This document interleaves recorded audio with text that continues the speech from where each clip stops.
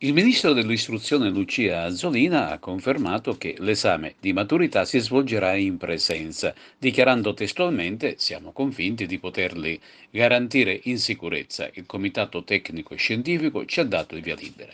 Apriti cielo! In queste ultime ore c'è stata un'alzata di scudi da parte di qualche centinaio di professori e medici di Palermo ed oltre, i quali hanno firmato ed inviato una lettera alla stessa ministra per dire no all'ipotesi del colloquio orale della maturità in classe al tempo di coronavirus. Su questo punto la scuola si è letteralmente spaccata, infatti c'è chi è d'accordo con la ministra Lucia Azzolina e chi no. Ma vediamo il parere dei diretti interessati. Ci sono ragioni di sicurezza sanitaria, ha dichiarato Chiara Insinga, professoressa del Garibaldi, che con Maria Cristina Maggio, pediatra dell'ospedale dei bambini, è promotrice della lettera, ma anche ragioni tecnico-organizzative che destano molte preoccupazioni, non soltanto nel mondo della scuola, ma anche tra i medici. Ci sono pareri contrastanti sul tema della sicurezza sanitaria, non ne possiamo avere la certezza che la situazione sia davvero sotto controllo.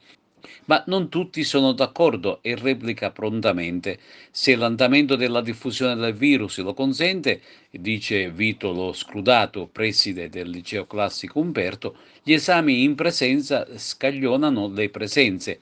Si possono fare. L'esame di Stato è una sorta di rito che a distanza perderebbe il suo valore. Già il percorso è stato mutilato dall'emergenza. Almeno con i dovuti accorgimenti si salvi almeno l'orale". In aula, aggiunge anche il preside Vito Pecoraro dell'Alberghiero Piazza, ci saranno al massimo 9 persone e con la distanza di sicurezza e dispositivi la cosa è fattibile. Gli esami poi saranno a fine giugno, c'è ancora tempo, saranno gli scienziati a decidere. C'è anche chi propone l'esame in presenza ma con degli accorgimenti. Didatticamente l'esame in presenza ha un valore diverso, dice infatti Giuseppe Polizzi, preside dello scientifico Einstein, ma ci sono delle criticità, quindi si potrebbe per esempio fare partecipare parte della commissione da remoto, soprattutto in modo da ridurre al minimo la presenza a scuola. Ma come stanno reagendo i diretti interessati? Gli studenti.